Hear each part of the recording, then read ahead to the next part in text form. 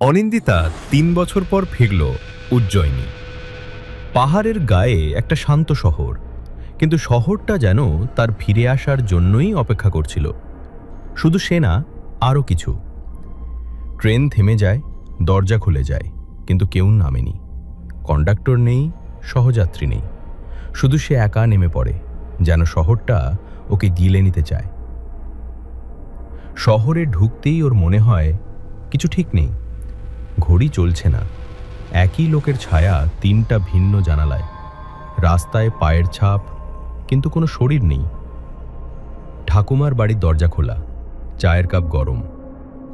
ঠাকুর ঘরে প্রদীপ জ্বলছে, কিন্তু ঠাকুমা তো ৫ বছর আগে মারা গেছেন। তবু কে যেন কানে ফিসফিস করে বলল, তুমি অনেক দেরি করেছো অনু।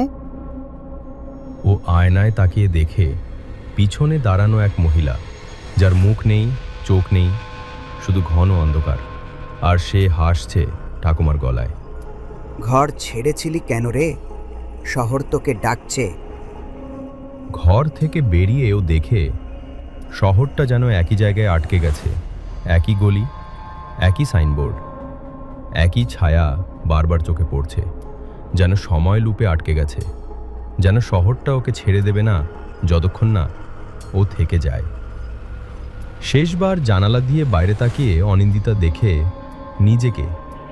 একজন অনিন্দিতা বাইরে দাঁড়িয়ে আছে। হয়তো সে অনেক আগেই শহরে ঢুকেছিল। এখন যেটা আছে সেটা শুধু একটা ছায়া। আলো জ্বলছে, চা গরম, ঘড়ি বন্ধ, আর কেউ একজন তার নাম ধরে ডাকছে। অনু, আর কোথাও যাবি না।